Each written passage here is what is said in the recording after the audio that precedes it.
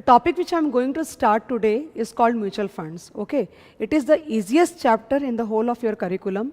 लेकिन एक दो सम ऐसे कुछ हैं जो शायद अगर एग्जाम में आएंगे और आपने अगर प्रैक्टिस नहीं किया है तो आपको दिक्कत होगी.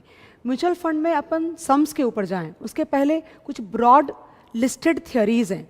फॉर एग्जाम्पल म्यूचुअल फंड क्या होता है, then what are the types of mutual fund, then what are the advantages of mutual fund, then what are the disadvantages of mutual fund and so on. तो पहले फटाफट मैं theory revise करती हूँ और उसके बाद जो भी गए सम्स होंगे ना वो अपन डिस्कस करके और चैप्टर को ख़त्म कर देंगे. मैंने बहुत ज़्यादा टाइम अलॉट नहीं किया है म्यूचुअल फंड के लिए, 1-1.5 घंटा I think it would be maximum. I have tried to pick up some 3-4-5 varieties जो ब्रॉडली कैटेगरीज को कवर होगी. Okay, so what do you understand by a mutual fund. मैं जब म्यूचुअल फंड क्लास में पढ़ाती हूँ ना तो मैं एक एग्जाम्पल बच्चों को हमेशा देती हूँ नंबर, और वो एग्जाम्पल ये है दैट सपोज कीजिए कि आप पैसा इन्वेस्ट करना चाहते हो मार्केट में, या स्टॉक मार्केट में आप एक स्टॉक खरीदना चाहते हो. तो एक स्टॉक की वैल्यू सपोज करो 2,000 रुपये है और आपके पास में सिर्फ 1,000 रुपये है, तो आप वो स्टॉक नहीं खरीद सकते बिकॉज मिनिमम आपको एक स्टॉक खरीदना पड़ेगा. लेकिन अगर मैं फंड मैनेजर हूँ और मेरे पास 100 लोग 100 पीपल, अगर 100 लोग मुझे 1,000 रुपये ला के देते हैं तो मेरे पास 1 लाख रुपये आ गए. और उस 1 लाख रुपये से अगर वो 2,000 वाला स्टॉक मैं खरीदती हूँ तो I will be able to get 50 stocks जो कि आप नहीं खरीद पा रहे थे. Okay, and each one of you will be holding 0.5 of that stock which was not possible earlier. मतलब आप फ्रैक्शंस में स्टॉक होल्ड नहीं कर सकते. आपको अगर स्टॉक होल्ड करना है तो कम से कम एक स्टॉक आपको होल्ड करना पड़ेगा.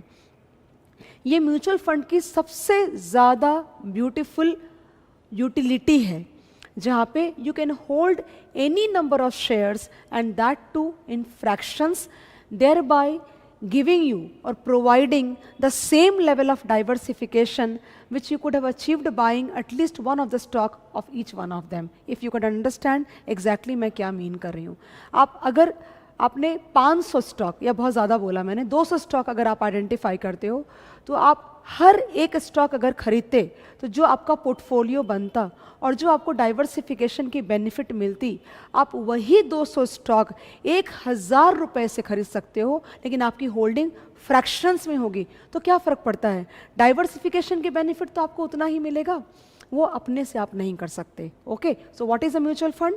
अ mutual fund is a trust which pools the savings of the investors and invests in the capital market. The returns generated in the capital market would be distributed among the investors in the proportion of their holding. The fund is managed by a professional expert called fund manager. आपको ये बात पता होना चाहिए कि जो भी mutual fund का फंड मैनेजर होता है वो रजिस्टर्ड होता है. कोई भी आदमी इस तरह से लोगों का पैसा जमा करके इन्वेस्टमेंट करने का क्लेम नहीं कर सकता. If you want to become a fund manager you will have to be registered with SEBI. Without that, you are not allowed to collect money from people and do any kind of investments on their behalf. Okay? मैंने कुछ theory लिख रखी है. I think it will be easy for us if we go through फटाफट this theory, so that we can give more time to the sums actually. Okay? अब देखो यहाँ पे मैंने लिखा है यहाँ पे, a mutual fund is an organization in the form of a trust. इसकी फॉर्मेशन ट्रस्ट के जैसे होती है, which pools the savings of the investors to invest in the capital market in a variety of securities. The returns earned on the investment are distributed among unit holders in proportion of their holding. Okay, very easy to understand. आगे, there are broadly 2 types of mutual fund. मैंने theory लिखी, आप खाली सुन के लो. Open ended and close ended. क्या फ़र्क है दोनों में मैं बताती हूँ. अगर कोई mutual fund company like Franklin Templeton, okay, अगर म्यूचुअल फंड का IPO लाती है या इशू करती है एंड उसका ऑथोराइज्ड कैपिटल अगर अनलिमिटेड है एंड मेचोरिटी डेट पता नहीं है, तो वो वाली जो म्यूचुअल फंड होगी उसको बोलेंगे अपन ओपन एंडेड म्यूचुअल फंड. मतलब आप चाहो तो जब जाके कंपनी के पास में से म्यूचुअल फंड खरीद सकते हो और जब चाहो आप वो म्यूचुअल फंड कंपनी को ले जा करके वापस कर सकते हो, कोई प्रॉब्लम नहीं है. आप आज खरीदे कल बेच सकते हो, और मतलब it provides ample amount of liquidity actually. Okay, एक दूसरा होता है closed ended mutual fund scheme. इसके अंदर में the authorised capital of the mutual fund is limited and the maturity is known. 3 साल 5 साल जो भी होगा उसके बाद वो म्यूचुअल फंड डिसकंटिन्यू हो जाएगा. ओके, एक बहुत बड़ा फ़र्क जो होता है क्लोज्ड एंडेड में और ओपन एंडेड में वो ये होता है कि आपका जो क्लोज एंडेड का आईपीओ आता है ना, वो लिमिटेड पीरियड के लिए ओपन रहता है। मतलब वो पीरियड ख़त्म होने के बाद आप कंपनी के पास डायरेक्टली जा करके आप खरीद नहीं सकते म्यूचुअल फंड्स और ना ही बेच सकते हैं। दैट मीन्स लोगों को या आपको ये लग रहा होगा कि हम तो अटक गए। मतलब बेसिकली इसका ये मतलब हुआ कि अगर मैं निकालना चाहती हूँ या कोई दूसरा इन्वेस्टर खरीदना चाहता है तो वो नहीं कर सकते। नहीं, ऐसी बात नहीं है। अगर आप चाहो तो आप ये कर सकते हो, क्योंकि क्लोज्ड एंडेड म्यूचुअल फंड की जो स्कीम्स होती हैं उसको स्टॉक मार्केट में लिस्ट करा दिया जाता है in order to provide liquidity to the investors basically. Okay, that is a broad difference between open ended scheme and closed ended scheme. Open-ended scheme provide continuous liquidity to the investors, and that is why we do not need to list them in the stock market or the secondary market, unlike closed-ended scheme. Okay? Advantages, ये बहुत simple है. High returns because it is managed by a professional expert. Then economies of scale, like अगर आप थोड़े पैसों पे stocks पे investment करोगे तो जो ब्रोकरेज आपकी जाएगी, और करोड़ों रुपए के अगर स्टॉक्स, वही सेम स्टॉक अगर बाय होता है या सेल होता है, तो जो ब्रोकरेज जाएगा उसको उसमें बहुत फ़र्क होगा. आपको मैं बता दूं, इंस्टीट्यूशंस के लिए ब्रोकरेज की रेट बहुत कम होती है because they provide huge amount of volume. तो अगर इन सब चीज़ों के कॉस्ट कम होंगे तो ऑब्वियस सी बात है we are achieving economies of scale. Then tax benefits. There are many mutual funds available in the market which provide tax benefits, or they are allowed under Section 80C for the deduction of income tax. Okay? तो Canara रिबेको mutual fund एक है growth scheme जैसे जिसमें मैंने डाला था पैसा, and it gave me good amount of returns actually. Tax benefits, expert advice. We are not good at everything guys. For example, अगर मैं पढ़ा सकती हूँ, मैं घर भी देख सकती हूँ, मैं इंटीरियर डिज़ाइनिंग भी कर सकती हूँ, मैं सब कुछ कर सकती हूँ, बट सब कुछ उतनी कैपेबिलिटी या कॉम्पिटेंस के साथ नहीं कर सकती. कोई एक काम को इंसान बहुत अच्छे से कर सकता है जिसमें हमारी एक्सपर्टीज होती है. तो leave the job to the expert. Synergy benefits. आप जब म्यूचुअल फंड में पैसा डालते हो तो जितने स्टॉक्स वो बाय कर सकते हैं उतने स्टॉक्स हम नहीं बाय कर पाएंगे, बिकॉज ना तो हमारे पास में बैंडविथ है आइडेंटिफाई करने का, और ना हमारे पास में इतने रिसोर्सेज हैं. तो इतने सारे स्टॉक्स को जब आप एक साथ में बाय करते हो तो आपको बहुत तरह की सिनर्जी बेनिफिट्स मिलेगी, like benefit of diversification which is not possible to achieve on our own because there is a limit to the number of securities which we can buy, and there is a limit to the amount of investment that we can do. A mutual fund has got a huge amount of resources and good amount of expertise in terms of the market knowledge, and that is why they can do a better job than us, thereby leading to synergy benefits. Okay? एक ये और है disadvantages. ये वो वाली theory है जो exam में पूछ सकते हैं. तो डिसएडवांटेजेस वापस से हाई कॉस्ट आ गया. क्यों? म्यूचुअल फंड कि जो फंड मैनेजर्स होते हैं उनकी फ़ीस इतनी ज़्यादा होती है कि आपका जो पोर्टफोलियो है उसने कितना भी कमाया हो, बहुत सारा पैसा फंड मैनेजर की फ़ीस में चला जाता है और उनके मैनेजमेंट और एडमिन कॉस्ट में चला जाता है, thereby pulling your returns down. Over diversification, this is a very good concept. कभी कभी क्या होता है कि हमेशा diversification is not like suggested. Why? आप ज़रूरत से ज़्यादा डाइवर्सिफाई करोगे ना, मतलब ज़रूरत से ज़्यादा आप स्टॉक्स खरीद लिया और या ज़रूरत से ज़्यादा आप रिस्क को किल करोगे तो क्या होगा पता है आपको? आपके रिटर्न्स बहुत कम हो जाएंगे. And that is what is a problem of a mutual fund. वो इतने सारे स्टॉक्स में पैसे डालते हैं. तो मेरे कहने का एक मतलब और भी था, जो चीज़ म्यूचुअल फंड की अच्छाई है वही चीज़ उसकी खराबी बन जाएगी. ओके? तो ओवर डाइवर्सिफिकेशन ये भी बहुत इंपॉर्टेंट पॉइंट है. मैनिपुलेशन ऑफ फंड्स, ये क्या है गाइस? बेसिकली क्या होता है कि बहुत सारी जो कंपनीज होती हैं अगर सेबी ध्यान ना दें तो you can not imagine the kind of manipulation that can happen with the money of the people. Actually इनके बहुत सारे डमी कंपनीज होती हैं. ओके? तो डमी कंपनी से पैसा डाइवर्ट कर देते हैं and they collect money from the people and they use for other purposes. Okay? तो हमें म्यूचुअल फंड से 10%, 15%, 20% रिटर्न मिलता है. मुझे नहीं लगता कि वो इतना कम कमाते हैं. इतना तो हम भी without having too much of knowledge कमा लेते हैं. They actually earn much more, but the point still remains कि वो हमें पास करेंगे कि नहीं करेंगे. ओके?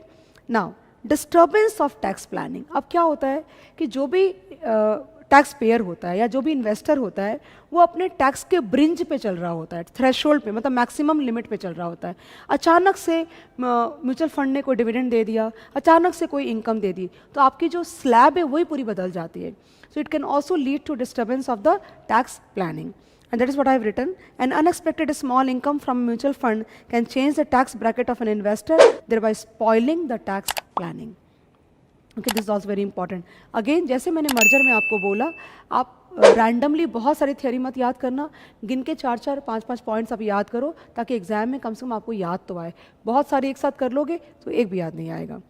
म्यूचुअल फंड के चैप्टर में दो टॉपिक बहुत इंपॉर्टेंट है, calculation of NAV and computation of returns. तो व्हाट इज अ एनएवी? आपने कभी भी अगर किसी कंपनी की लिक्विडेशन वैल्यू निकाली होगी, for example value of all assets less liabilities divide by number of shares, same is NAV in case of a mutual fund. लेकिन इन केस ऑफ कंपनीज, आप जब कंपनी लिक्विडेट होने वाली होती है या फिर इन केस आप कभी निकालना चाहो तो निकालते हो, लेकिन म्यूचुअल फंड के केस में एनएवी डेली कैलकुलेट किया जाता है. What is NAV? Market value of all the assets of the mutual fund. Where What are the assets of a mutual fund? The stocks it holds. तो क्या होता है कि मार्केट डेली चेंज होता है आपका, राइट? तो अगर मार्केट डेली चेंज होता है तो आपके शेयर्स की वैल्यू भी डेली चेंज होती है.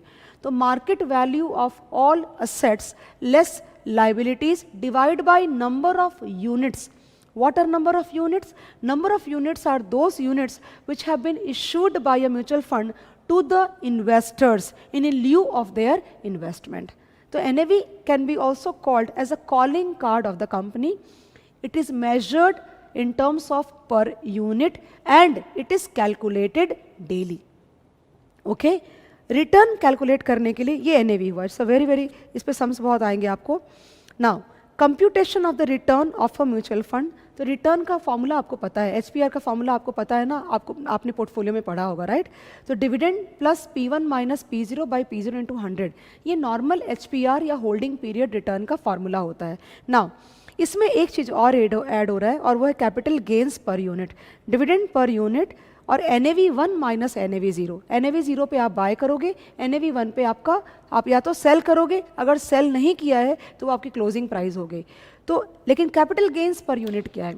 गाइस क्या होता है, जब फंड मैनेजर बहुत सारे स्टॉक्स में इन्वेस्ट करता है और कभी कभार अगर उन स्टॉक्स पे अगर फंड मैनेजर को बहुत ज़्यादा कैपिटल गेन आया या बहुत अच्छे रिटर्न्स अचीव हुए, then the fund manager would want to like distribute or share that part of the capital gain with the unit holders. Okay, तो मैं क्या बोलना चाह रही हूँ कि कैपिटल गेन्स पर यूनिट बाय डिफॉल्ट रियलाइज्ड है क्योंकि मिल चुका है इन्वेस्टर को, लेकिन NAV1 minus NAV0 can be realised, can also be non realised.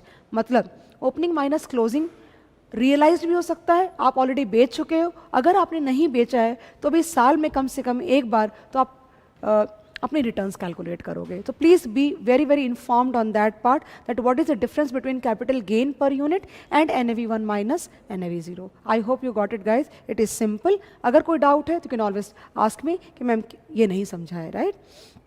Now आपको मैं एक सम करा रही हूँ यहाँ पे, और सम है A has invested in 3 mutual fund schemes as per details. It's a very popular sum actually. As per details below. इस सम के अंदर में इन्होंने दिया हुआ है 3 म्यूचुअल फंड के बारे में इन्होंने दिया है, MFA, MFB, MFC. उन्होंने अमाउंट ऑफ इन्वेस्टमेंट दिया है 50,000.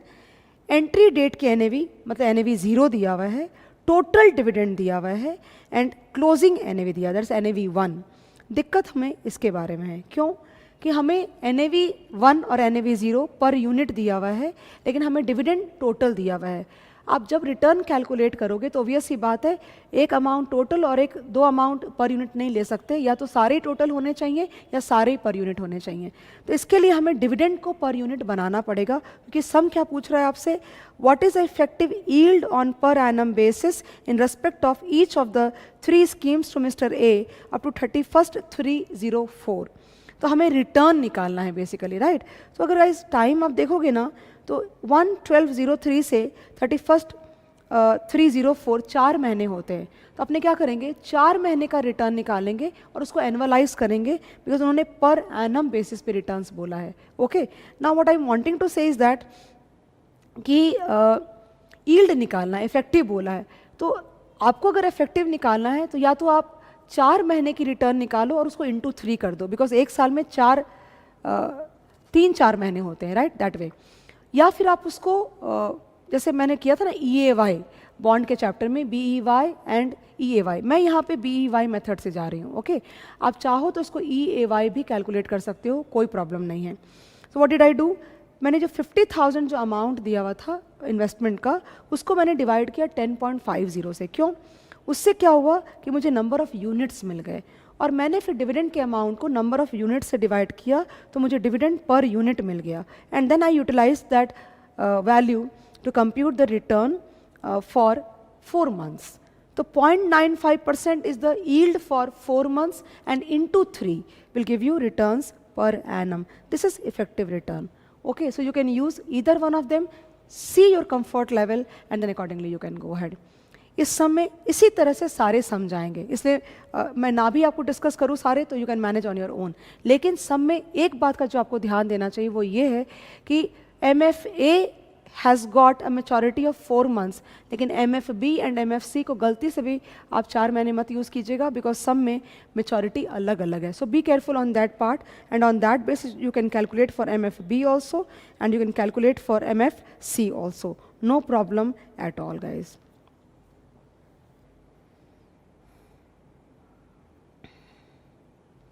एक और सम करते हैं, okay. Sun Moon Mutual Fund sponsored open-ended equity-oriented scheme, Chanakya Opportunity Fund. There were 3 plans: A, dividend reinvestment plan; B, bonus plan; and C, growth plan. At the time of initial offer on 1/4/1995, Mr. Anand, Mr. Charu, and Mr. Bachchan, 3 investors invested 1 lakh each and chose B, C, and A plan respectively. सब में मैं आगे बढ़ूँ उसके पहले आपको बताऊँ कि ये plans हैं क्या। Now guys, पता है क्या आपको, mutual funds provide a lot of flexibility in terms of the schemes that you want to follow. For example, one scheme could be dividend reinvestment plan, or the other scheme could be bonus plan, other could be monthly income plan, then it can be growth plan. क्या फ़र्क है वो आप सुनो। इसमें क्या होता है कि आप एक म्यूचुअल फंड में पैसा लगा रहे हो, आपको या 4 लोग हैं या 3 लोग हैं, तो अलग अलग स्कीम्स में उन्होंने सब्सक्राइब किया हुआ है। तो क्यों अलग अलग स्कीम्स देते हैं वो लोग? वो इसलिए देते हैं, हर आदमी का इनकम पैटर्न और खर्च करने का तरीका अलग अलग होता है, तो दे प्रोवाइड यू ऑप्शंस कि वो आपकी इनकम को मैच कर जाए, राइट। फॉर एग्जांपल, अगर आपके पास में अच्छी जॉब नहीं है, या आपका एज ज़्यादा है, या आप रिटायर हो चुके हो, तो आप अपने आप सैलरी भी नहीं रिसीव कर रहे हो, बिकॉज आपने जॉब छोड़ दिया, आप रिटायर हो चुके हो बेसिकली। तो इन दैट सिनेरियो आप सोचोगे कि मैं एक ऐसी जगह पे इन्वेस्टमेंट करूं कि मुझे मंथली इनकम आती रहे और मेरा घर का खर्चा चलता रहना चाहिए, राइट। अगर आपके पास में अच्छी जॉब है तो आप क्यों इन्वेस्टमेंट से पैसा निकाल करके खर्च करोगे ना, आप अपनी सैलरी से अपने रिक्वायरमेंट्स मीट करोगे, और जो पैसे आपके आएंगे डिविडेंड्स के तौर पे उसको आप री इन्वेस्ट करोगे। मतलब आप म्यूचुअल फंड को बोलोगे कि जो भी पैसे आप डिविडेंड दोगे वो पैसे मेरे उस दिन के एनएवी पे आप री इन्वेस्ट करके मुझे और यूनिट्स बाय कर दो, ओके। सिमिलरली अगर ग्रोथ बोनस प्लान होगा तो आप क्या बोलोगे, वो जो पैसे आप मुझे देने वाले थे उससे मुझे बोनस यूनिट्स इश्यू कर दो, मुझे पैसे नहीं चाहिए। ग्रोथ प्लान में क्या होता है कि वो जो पैसे आने वाले थे इनकम, उसको एनएवी में ही एडजस्ट कर सकते हैं। अगर आप मुझसे पूछोगे ना, on the basis of my knowledge in about all these things, is that उनको देना, वो सपोज करो अमाउंट 100 रुपया देना है एज अ डिविडेंड आपको, तो वो देंगे आपको 100 रुपया ही। पैकेजिंग और रीपैकेजिंग का फ़र्क आएगा और कुछ भी नहीं है इसके अंदर में। ऐसा नहीं है किसी एक को ज़्यादा देंगे किसी एक को कम देंगे, ऐसा नहीं है। Only the packaging part, and that is why the returns will vary very very minute 1-2% here and there from each, natural सी बात है ना, वो थोड़ा थोड़ा फ़र्क आएगा उसके बीच में, बाकी कोई फ़र्क नहीं है। ऐसा नहीं कि वो अच्छा है वो ख़राब है, आप अपनी रिक्वायरमेंट्स के हिसाब से म्यूचुअल फंड की जो भी स्कीम आप चूज़ करोगे, आपके इनकम पैटर्न को आपके मैच करना चाहिए, आपकी रिक्वायरमेंट्स को फुलफिल होना चाहिए। आप कोई भी इन्वेस्टमेंट करते हो रैंडम नहीं करना चाहिए, आप अपना माइलस्टोन्स बनाओ, अपने को 1 साल के बाद कितने पैसे लगेंगे या हर महीने कितने पैसे चाहिए एंड ऑल दैट। वो प्रोफाइलिंग करने के बाद अगर आप इन्वेस्टमेंट करोगे तो आपको इन्वेस्टमेंट्स बीच में तोड़नी नहीं पड़ेगी। आप इन्वेस्टमेंट जब बीच में तोड़ते हो ना तो आपके रिटर्न्स बहुत कम हो जाते हैं। And I am sure all of you know that कि अगर आपने 5 साल का फिक्स डिपॉजिट किया है, अगर आप बीच में फिक्स डिपॉजिट को तोड़ोगे तो आपके रिटर्न्स खत्म हो जाते हैं, राइट? एग्जैक्टली सेम चीज़ बात कर रही हूँ मैं। ओके तो अपने को ये दिखाना है इसके अंदर में, ये सब अपने को दिया है, 3 लोग हैं, तीनों ने अलग अलग स्कीम को सब्सक्राइब किया है, तो अकॉर्डिंगली तीनों का हिसाब लास्ट में जाकर के अलग अलग होगा, मेथड एक ही होगा। अपने को ये बताना है कि तीनों में से किसने ज़्यादा रिटर्न दिया। तो पहला आएगा डिविडेंड री इन्वेस्टमेंट प्लान, देन आएगा ग्रोथ प्लान, एंड एक और है bonus plan. Late us see how it works. लेकिन सम में आगे बढ़ने के पहले एक पॉइंट में जो बोल रही हूँ आप नोट करना। अगर सम में फॉर एग्जाम्पल लिखा है ना, Sun Moon Mutual Fund sponsored open ended equity और oriented scheme, Chanakya Opportunity Fund, and there were 3 plans: A, dividend reinvestment plan; B, bonus plan; and C, growth plan. At the time of initial, ये word is very important. You know why? I'll tell you why. Okay, और sum में उन्होंने dividend की history दे रखी है। ये पूरा sum मतलब from date, ये date, from ये date to ये date is 10 साल 4 महीना। I would ask you to calculate and check it out whether it is correct or not. 10 साल 4 महीने का हिसाब है। तीनों लोगों ने 1-1 लाख रुपया तीनों डिफरेंट स्कीम्स में लगाया। हमको ये बताना है कि तीनों में से किसने ज़्यादा रिटर्न कमाई। ओके दिक्कत क्या आ रही है सम के अंदर में कि उन्होंने सम के अंदर में स्टार्ट में आपको ने 1 लाख रुपया दिया, बट किस प्राइस पे या किस एनएवी पे पैसे गए वो नहीं बोला है सम के अंदर में। क्योंकि अगर वो नहीं बोला है तो नंबर ऑफ यूनिट्स किससे शुरू होगा सम वो पता नहीं चलेगा। तो ध्यान देना, अगर सम में वर्ड इनिशियल ऑफर दिया है तो वो आपको कभी भी नहीं बताएंगे किस एनएवी पे एंटर किया, क्योंकि by default we assume that they would have entered at face value of ₹10। ये ध्यान देना। मैंने एक और सम देखा है आरटीपी में, सेम सम है बिल्कुल, वहाँ पे उन्होंने इनिशियल ऑफर वर्ड यूज़ नहीं किया, मतलब इन्वेस्टर्स म्यूचुअल फंड चालू होने के बाद बीच में घुस रहे हैं। तो अगर वो बीच में घुस रहे हैं तो वहाँ पे 10 रुपया नहीं चलेगा, वहाँ पे किस एनएवी पे एंटर किया वो मेंशन करना पड़ेगा, और उन्होंने मेंशन किया है। तो be careful about that part. Okay मैं आगे बढ़ रही हूँ। तो गैस यहाँ पे ये परसेंटेज दिया हुआ है पूरा। तो डिविडेंड री इन्वेस्टमेंट प्लान का डिविडेंड परसेंटेज दिया हुआ है। Dividend percentage will always be applied on face value. Okay, then bonus plan, और ये dividend reinvestment plan के लिए applicable NAV होगा, ये bonus plan के लिए होगा, और ये growth plan के लिए होगा, right? लिखा है on 31st July all 3 investors redeemed all the balance units. Calculate the annual rate of return of each of the investors. Long-term capital gains is exempt from income tax, and short-term capital gain is subject to 10% income tax. Short-term tax दिया हुआ है 10% का, STT 0.2%, and बोला ignore the education cess. तो कैसे पूरा schedule बनाते हैं। आगे मैं बढ़ रही हूँ, एक पॉइंट जस्ट आपको एक पॉइंट और बोलना चाह रही थी, और वो ये है दैट कि आप कोशिश ये करना कि आप फॉर्मेट याद कर लो। ये जो फॉर्मेट मैंने बनाया है इसमें सम के अंदर में, ये फॉर्मेट वही फॉर्मेट है जब मैं म्यूचुअल फंड में इन्वेस्ट करती हूँ तो जो मेरे घर पे स्टेटमेंट आता है ना वो इसी फॉर्मेट में आता है। अगर आपको फॉर्मेट याद नहीं होगा तो सम करने में आपको बहुत ज़्यादा दिक्कत होगी। तो आपको ध्यान देना है कि फॉर्मेट और उसकी हेडिंग्स प्रॉपरली याद करके जाओ, वरना आप सोचोगे कि सम क्लास में बना, यहाँ नहीं बन रहा है। ओके तो मैं आगे बढ़ रही हूँ। यहाँ पे मैंने डेट लिया है 1 से। हमेशा ये वाले सम्स आप 0 डेट से चालू करना, 0 डेट से, सेकेंड डेट से नहीं। ओके तो यहाँ पे मैंने NAV 10 अज्यूम किया है, बिकॉज दिया हुआ नहीं था तो मैंने सोचा इनिशियल ऑफर पे 10 रुपया होना चाहिए।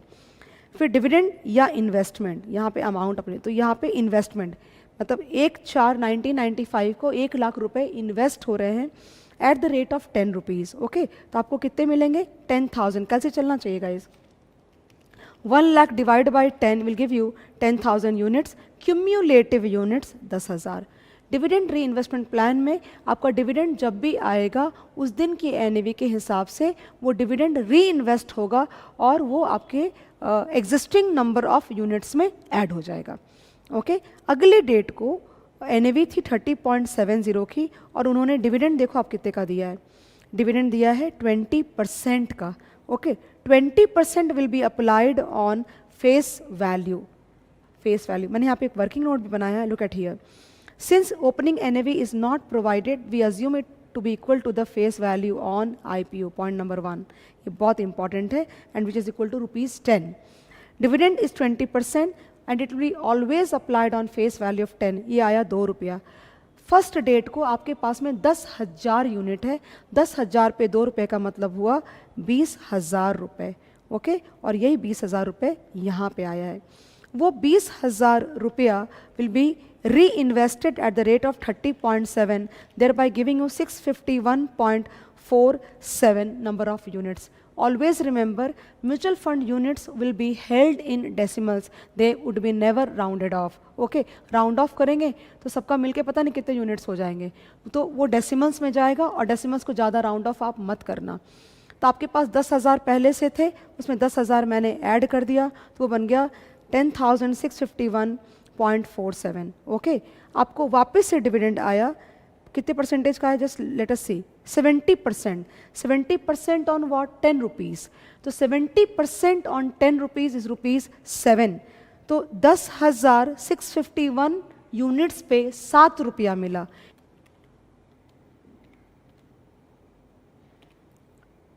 On 31/3/2000, the NAV is 58.40 and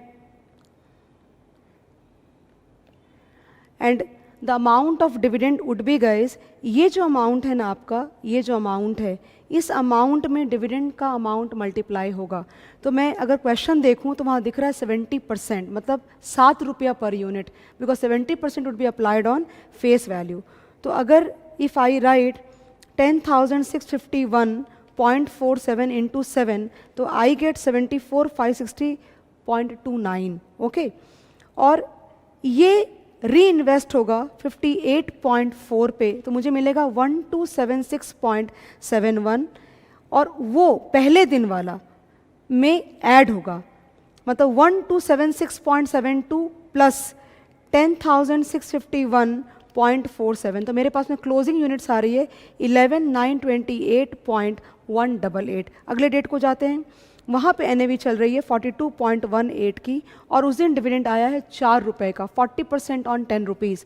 तो 11,928.188 इंटू 4 विल गिव मी 47,712.752. ये amount will be reinvested eight 42.18 and we get 11,301.17, and this will be added to 11,928.18 and the closing units become 13,059.35. अगली date को आते हैं, यहाँ पे NAV चल रही है 44.45 की, and the amount of dividend has been 2.5 rupees per unit. मतलब क्या हुआ, ₹10 पे 25%. ओके, तो into 2.5 will give me 32,648.375 to be reinvested at 44.45 and I get 734.497 units, और वो पहले वाले यूनिट्स में ऐड हो जाएंगे. पहले वाले कितने थे,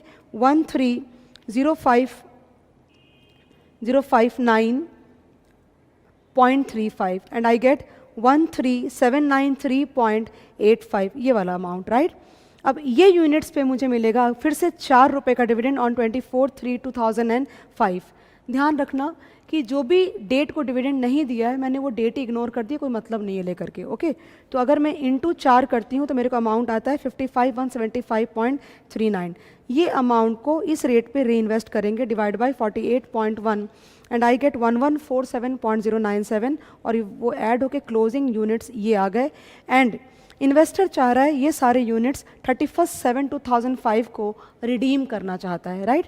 तो उस दिन की अगर आप रेट देखोगे प्लान ए में, तो आपको दिखेगा 53.75. आप चेक करो, ये सारे यूनिट्स हम 53.75 पे रिडीम करेंगे तो कितना मिलेगा, इंटू 53.75 पे रिडीम करती हूँ, देखो आपको क्या मिल रहा है. सो 14,940.95. If I do that I get into 53.75 8030. देखो यहाँ पे मैंने ये लिखा है ना, सेल प्रोसीड्स ये निकाला है on 31 July 2005 minus STT eight the rate of 0.2%. ये वाला, ये शॉर्ट टर्म टैक्स में मुझे समझाना है कुछ. गाइस आपको चेक करना है कि कौन से यूनिट्स वो हैं जिसको 1 साल पूरा अभी नहीं हुआ है. ओके, तो आप देखोगे जा करके कि ये वाले जो यूनिट्स हैं ना, इनको भी 1 साल पूरा नहीं हुआ है, राइट। और आपने एक्वायर किस रेट पे किया था? आपने एक्वायर किया था 48.10 की रेट पे, राइट। और आप बेच कितने पे रहे हो? आप बेच रहे हो 53.75 है। लेकिन जब आपने बेचा तो 1147.097 पे आपको 53.75 पूरा थोड़ी ना मिला है, आपको 53.75 में से एसटीटी काट के मिला है। मतलब आपको क्या मिला? 53.75 माइनस 0.2% मिला, राइट। तो आपको काट के पैसे मिले हैं, तो आपको ऑब्वियस ही बात है कि वो माइनस करना पड़ेगा, because tax would be applied on net realised amount. जो मेरे हाथ में आया है वो टैक्सेबल होगा, राइट। इसलिए मैंने यहाँ पे 0.2% लगाया है, minus the acquisition cost of 1147.10 units, and on that we have applied 10%। इन सब को आप माइनस करोगे तो आपको total amount of investment redeemed आएगा। अगर 8 लाख को आप 1 लाख से माइनस करके रिटर्न्स निकालोगे तो आपको 10 साल और 4 महीने का रिटर्न आएगा, जो कि ये वाला है। 10 साल 4 महीने का रिटर्न है 700.834%, और उसको आप 10.33 ईयर्स, क्यों 10.33? बिकॉज 10 साल एंड 4 महीना is equivalent to 0.33 years, okay? Then you get a return of 67.84% per annum. I don't think it is very very difficult, guys, but आप करके जाओ। अभी तो पेपर में आया था, अभी of late only I think it was asked, and जब भी आएगा तो 8 मार्क्स के लिए, सो इजी मार्क्स एक्चुअली, इससे ज़्यादा इसी कुछ नहीं हो सकता। एक और करते हैं, plan B, that is bonus plan. यहाँ पे एनएवी से कोई मतलब नहीं होगा। Bonuses are rather given on the basis of your prior holding, right. तो 1/4/1995 से सम चालू करी 0 डेट से, वही 1 लाख को 10 रुपये के हिसाब से 10,000 यूनिट्स, क्यूमुलेटिव भी 10,000। फिर 31/3/2000 को इन्होंने बोनस इशू किया 5:4 का, मतलब आपके पास अगर 4 है तो आपको 5 मिलेंगे। तो 10,000 इंटू 5 डिवाइड बाई 4 करोगे तो 12,500 यूनिट आपको मिले, और ये जुड़ गए। वापस इन्होंने 1/3 दिया, तो 22,500 इंटू 1 डिवाइड बाई 3 करोगे तो 7,500 आएगा, और वो भी यहाँ पे जुड़ गया। वापस से 1:4 का दिया, और आपके पास में ये यूनिट्स हो गए। सेम तरीके से आप कैलकुलेशन करके सेल प्रोसीड्स निकालोगे, एसटीटी निकालोगे। यूजुअली हम ये बोलते हैं कि the acquisition cost of a bonus is 0, but मैं नहीं मानती म्यूचुअल फंड में the acquisition cost is 0, because वो पैसे तो मेरे ही है ना अल्टीमेटली। मैं अगर मतलब बेसिकली अगर वो मैं बोनस यूनिट्स नहीं लेती तो मैं कैश लेती या कुछ और लेती, राइट। तो वो acquisition cost of a bonus share in a company is 0, because वो जो पैसा आपको देने, वो जो बोनस शेयर इशू करती है जब कोई कंपनी, तो ऐसा नहीं कि आप बोनस ले लोगे तो आप कैश ले लोगे, वो आपके हक का पैसा नहीं है, आपको जो देगा वही लेना पड़ेगा। But in this case it is not like that. The acquisition cost of bonus will not be 0 as per my understanding, because वो आपका ही पैसा है, वो बोनस के तौर पे आपको दे रहे हैं, राइट, दैट वे। तो इसलिए मैंने तो 0 नहीं लिया है, इसलिए 22.98.2% ये बेचने की प्राइस है, ओके।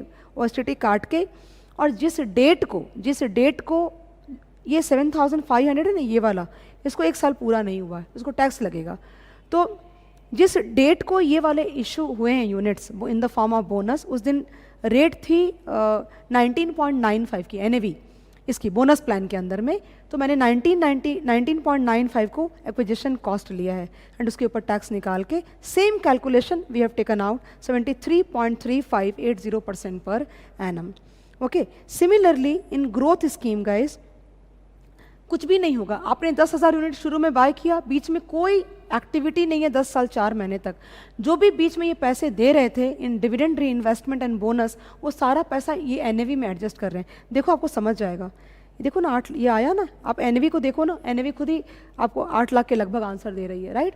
यहाँ पे सिर्फ एसटीटी कटेगा, टैक्स नहीं आएगा शॉर्ट टर्म का, और सेम तरीके से आप रिटर्न निकालोगे तो आपको रिटर्न आएगा 69.61। On the basis of the calculation, I think best yield has been provided by the bonus plan. I mean, there is nothing like very complicated, but yeah, you have to write and practice. That's very, very important for you. Okay? Next question, question number 3, computation of NAV. Okay, now, based on following information, determine the NAV of a regular income scheme on per unit basis. ये सम मैंने इसलिए लिया because ये सम काफ़ी ज़्यादा popular है, काफ़ी ज़्यादा पूछते हैं, और एडजस्टमेंट्स भी काफ़ी ज़्यादा बताते हैं, राइट। तो लिस्टेड शेयर्स एट कॉस्ट दिया है 20 करोड़, कैश इन हैंड दिया है, bonds and debentures at cost दिया है 4.3, फिर लिखते हैं ये लोग ऑफ दीज, मतलब 4.3 में से बॉन्ड्स नॉट लिस्टेड है 1 करोड़, मतलब 3.3 लिस्टेड है और 1 लिस्टेड नहीं है। Okay, other fixed interest securities at cost 4.5 crore, dividend accrued दिया हुआ है 0.8, अमाउंट पेबल ऑन शेयर्स, ये लाइबिलिटीज हैं, expenditure accrued, number of units, current realisable value of fixed income securities of face value of 100। मतलब इसका मतलब क्या समझ रही हूँ मैं, ऊपर दिया था ना ये वाला डेटा, ये वाला डेटा, ये वाला डेटा, तो बोला 4.5 करोड़। तो क्या मैं ये समझूं कि जब मैंने पैसे लगाए 4.5 करोड़ तो उस समय वैल्यू चल रही थी 100 और अब हो गई है 106.5, if at all we need to mark to market. फिर लिखा हुआ है the listed shares purchase when index was 1000। ये लोग क्या बोल रहे हैं कि जब शेयर्स हमने बाय किए ना तो उस समय इंडेक्स 1000 पे था, लेकिन अब इंडेक्स 2300 पे है। तो आपने पैसे कितने लगाए थे, 20 करोड़, तो 20 करोड़ डिवाइड बाई 1000 इंटू 2300 करेंगे तो मार्क टू मार्केट आ जाएगा। एक और डेटा दिया है, value of listed bonds and debentures at NAV date 8 crore. इसका क्या मतलब हुआ, ये वाला याद करो आप, ये वाला पार्ट, 4.3 में से 1 नॉन लिस्टेड था, 3.3 लिस्टेड था, वो जो 3.3 लिस्टेड था उसकी अब वैल्यू हो गई है 8 करोड़। कैसे ये पूरा डेटा यूज़ करके हमें निकालना पड़ेगा basically NAV of the fund. Okay, which is not very difficult, but मैं बताना क्या चाह रही थी, एक यहाँ पे लाइन लिख रखी है, there has been a diminution of 20% in the unlisted bonds and debentures. वो जो 1 CR था ना वो 20% से कम हो गया है। एंड अदर फिक्स्ड इंटरेस्ट, ये line for me is very very important. Why, इस सिक्योरिटी के बारे में 3 बार डेटा दिया है। पहला दिया कि भाई हमने इतना लगाया, कितना लगाया, वेयर इज़ दैट, 4.5 करोड़ लगाया हमने, राइट 4.5 करोड़ लगाने के बाद बोला कि हमने 100 पे लगाया था, उसकी वैल्यू ऑफ 106.5 हो गई। फिर नीचे जाके बोलते हैं that other fixed interest securities should be taken at cost. अगर ये लाइन नहीं दी हुई होती तो हम क्या करते, 4.5 crore divide by 100 into 106.5 value लेते in order to calculate NAV. But क्योंकि ये लाइन दे रखी है इसलिए हमें 4.5 करोड़ ही लेना पड़ेगा। जिस तरह से ये गूफअप किया है, हमको एग्जाम में 2 बार 3 बार पूछा, कभी दिया था ये लाइन, कभी नहीं दिया था। तो आप केयरफुल रहना। अगर आपको ये रहेगा कि नहीं मैंने तो सम किया हुआ है, बस वही मेथड से जाओगे, तो आप शायद कोई इंपॉर्टेंट इन्फॉर्मेशन मिस कर रहे हो। और ये कोई ज़रूरी नहीं है कि ये इस तरह का गूफअप वो सिर्फ एक सिक्योरिटी के साथ करेंगे, वो किसी भी सिक्योरिटी के साथ कर सकते हैं। So please be careful on that part. तो कंप्यूटेशन ऑफ एनएवी कैसे होगी, वैल्यू ऑफ शेयर्स का मैंने मार्क टू मार्केट कराया तो 46 करोड़ आया। Bonds not listed and coated उन्होंने बोला है 20% का डिमिनेशन, ये मैंने लिया। लिस्टेड एंड कोटेड 3.3 था और अब उसकी वैल्यू 8 करोड़ है। डिविडेंड अक्रूड, याद रखना वैसे तो कंजर्वेटिव वैल्यूएशन मेथड लेते हैं, लेकिन डिविडेंड एक बार अनाउंस हो गया तो वापस रिट्रीट नहीं होता, कंपनी को डिविडेंड देना पड़ता है, इसलिए लिया है। Amount payable on shares liability है, एक्सपेंडिचर अक्रूड लाइबिलिटी है। Then value of fixed income securities at cost 4.5 लिया है बिकॉज नीचे में वो लिखा था। Okay, and cash in hand has been added and the NAV would be 271.30। Why 0.2, because सारा डेटा करोड़ में था, नंबर ऑफ यूनिट्स लैक्स में थे, तो उसको भी करोड़ में कन्वर्ट किया। Guys I think there are lots and lots of sums of NAV in the old practice manual. आप प्लीज़ प्रैक्टिस करो वो सारा, इतना मुश्किल नहीं। आप एक एक बार भी करोगे ना तो आपको हमेशा के लिए हो जाएगा, आपको दोबारा देखना भी नहीं पड़ेगा। मार्क करके छोड़ देना कौन से सम दोबारा देखने हैं, सारे नहीं देखने पड़ेंगे। म्यूचुअल फंड में सारे सम्स क्यों देखोगे, 30-40 सम होंगे लगभग, तो उसमें से 10 सम आप देखोगे सारा कवर हो जाएगा, बिकॉज बाकी सारे रिपीट मेथड से जाते हैं। लेकिन लिख के प्रैक्टिस करना, बिकॉज लिखोगे नहीं तो ब्रेन रजिस्टर नहीं करेगा लेकिन एक ही बार करो, बट लिख के करना आप। ओके, मैंने 1-2 सम और भी डाल रखे हैं यहाँ पे, जैसे मैंने बोला था शायद पोर्टफोलियो मैनेजमेंट में कि एक सम में शार्प रेशियो, ट्रेनर रेशियो और जेनसन अल्फा का यूज़ करके तो आपको कराने वाली हूँ। तो ये सम मैंने इसलिए लिया बिकॉज ये सम मेरा बहुत फेवरेट है और एग्ज़ाम में अब तक आया नहीं है। क्यों नहीं आया है ये मैं नहीं बता पाऊँगी आपको, तो आप प्लीज़ एक बार पोर्टफोलियो मैनेजमेंट आप पॉज करो वीडियो को और पोर्टफोलियो मैनेजमेंट में जा करके Sharpe, Treynor and Jensen alpha का फॉर्मूला रिवाइज करो और वापस आओ, उसके बाद अपने ये सम करेंगे। It's a very very nice sum and perfect candidate for a paper for 8 marks. Okay, और मैं सम आगे बढ़ा रही हूँ, आप पॉज कर सकते हो। तो बेसिकली यहाँ पे शार्प रेशियो क्या होता है? शार्प रेशियो होता है RP minus R F by sigma P, और ट्रेनॉर रेशियो होता है RP minus R F by beta P. तो आपने ध्यान अगर दिया तो आपने नोटिस करना चाहिए था कि दोनों रेशियो में न्यूमरेटर सेम है RP minus R F, denominator में शार्प रेशियो में टोटल रिस्क लेते हैं और ट्रेनॉर रेशियो में सिर्फ बीटा लेते हैं, बस यही फ़र्क है। और इसी चीज़ को इस सम में यूज़ किया जाएगा। तो यहाँ पे दो म्यूचुअल फंड के बारे में दिया है, डी म्यूचुअल फंड एंड के mutual fund, each having close ended equity schemes. NAV as on 31/12/2014 of equity schemes of D, NAV दिया हुआ है 70.71, consisting of 90% equity, 99% equity and remaining cash, and that of K का 62.5 is a NAV, जिसमें 96% equity है और बाकी cash है। Okay, इन्होंने क्या बोला? शार्प रेशियो दिया हुआ है डी का और के का, ट्रेनॉर रेशियो दिया हुआ है और स्टैंडर्ड डेविएशन भी दोनों के दिए हुए हैं। There is no change in the portfolios during the next month, and annual average cost is ₹3 per unit for these schemes. ये annual is very important data. If share market goes down by 5% within a month, calculate expected NAV after a month for the schemes of both the funds. For calculation, consider 12 months in a year and ignore the number of days for particular month. पहले मैं समझाऊंगी पूरा सम आपको। ये सम इन्होंने क्या किया, मैं D का समझाती हूँ, के का आप खुद से भी कर सकते हो। तो इन्होंने क्या बोला है कि फॉर एग्जाम्पल डी का इन्होंने म्यूचुअल फंड का ओपनिंग वैल्यू दी है, वो कितनी दी है? 70.71। 70.71 में से 99% इक्विटी है और बाकी 1% आपका कैश है। ये लोग सम में क्या बोल रहे हैं कि आप एक महीने के बाद का NAV कैलकुलेट करो, ठीक है। अब एक महीने के बाद का अगर आपको NAV कैलकुलेट करना है तो आपको देखना पड़ेगा कि इक्विटी कंपोनेंट एक महीने में कितने से बदला और कैश में से आपने कुछ खर्च किया या कुछ आया क्या। ओके, तो इक्विटी कंपोनेंट कितने से बदला ये जानने के लिए इन्होंने क्या किया है कि शार्प रेशियो और ट्रेनॉर रेशियो दिया है, ठीक है।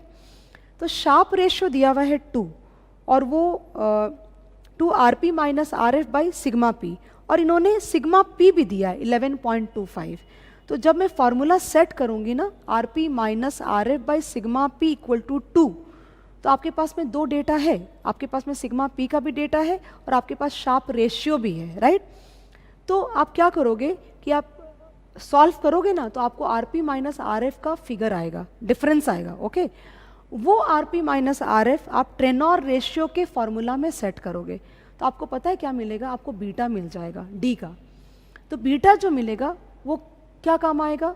उससे हमको ये पता चलेगा कि ये डी का मार्केट के साथ में क्या सेंसिटिविटी है, क्या रिलेशनशिप है।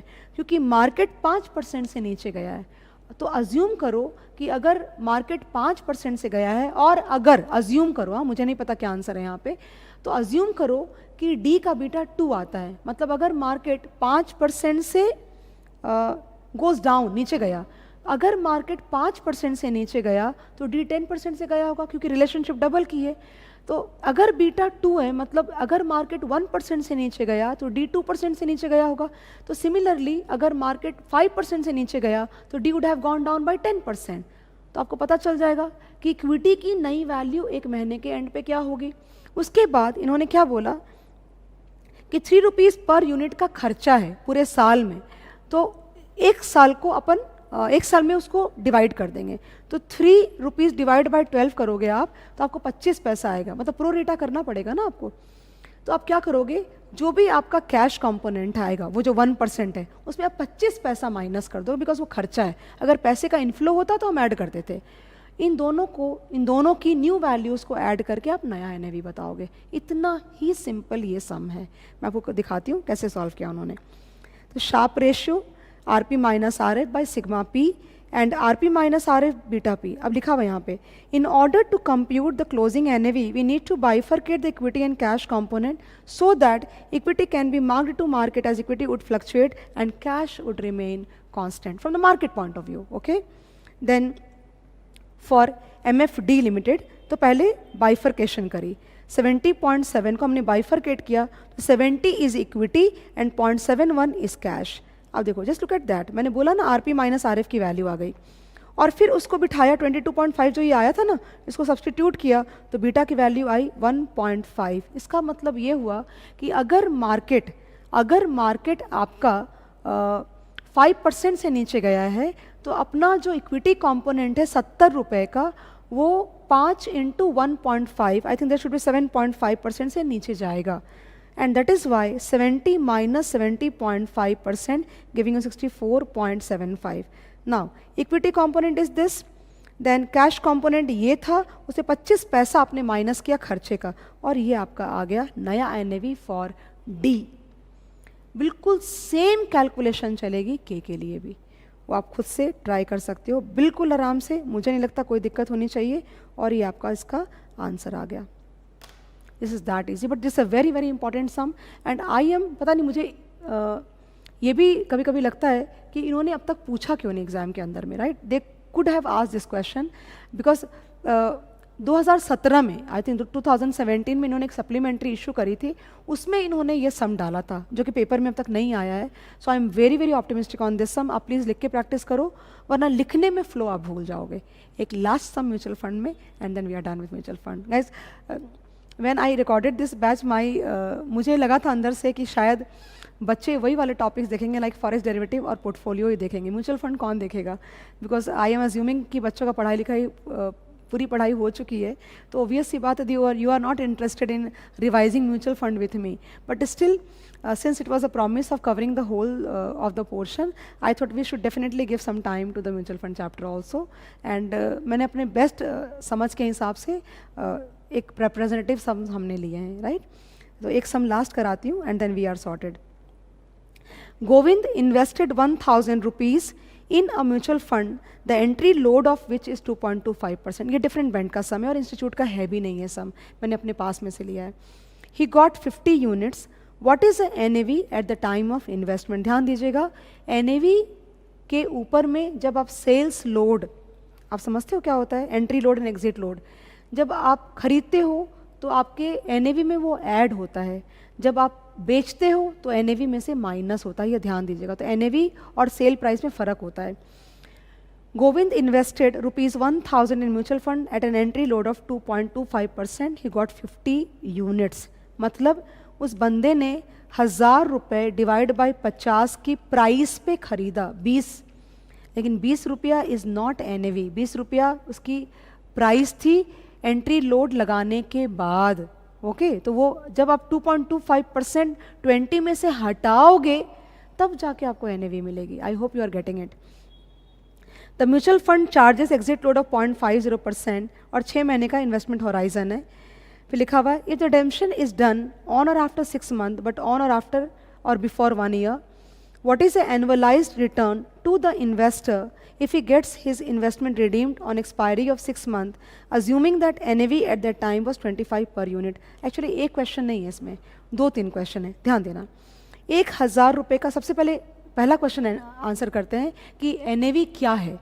तो 1000 रुपये का अमाउंट था, एंट्री लोड 2.25% का। सबसे पहले देखते हैं कि किस मतलब बाय प्राइस क्या है इन्वेस्टर की, मतलब किस प्राइस पे म्यूचुअल फंड ने इन्वेस्टर को बेचा। तो 1000 बाई 50 20 रुपया पहले ही आ गया। तो आपको ध्यान, NAV plus entry load is equal to what? Purchase price, purchase price, right? तो basically this part has to be removed. तो हाउ? Look at that. तो 20 इज NAV, 1 प्लस 2.25%, ये निकल गया 19.56। ओके, तो 19.56 इज द NAV जो उन्होंने पूछा था यहाँ पे ना, सब में पूछा है ना, what is the NAV at the time of investment, right?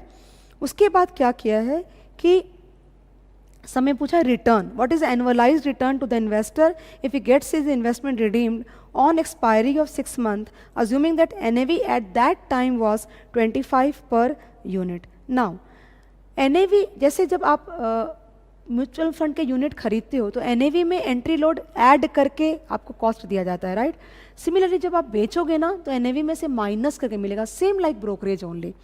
तो यहाँ पे क्या किया है मैंने कि क्लोजिंग एनएवी 25 दी है और ये निकाल दिया 0.5%, ये तो आपको मिलेगा नहीं, तो 24.875। आपके पास में 50 यूनिट है, मैंने क्या किया कि 50 यूनिट को आप 24.875 से मैंने मल्टीप्लाई कर दिया, तो मेरे को क्लोजिंग अमाउंट आ गया कि मेरे हाथ में कितना पैसा आया।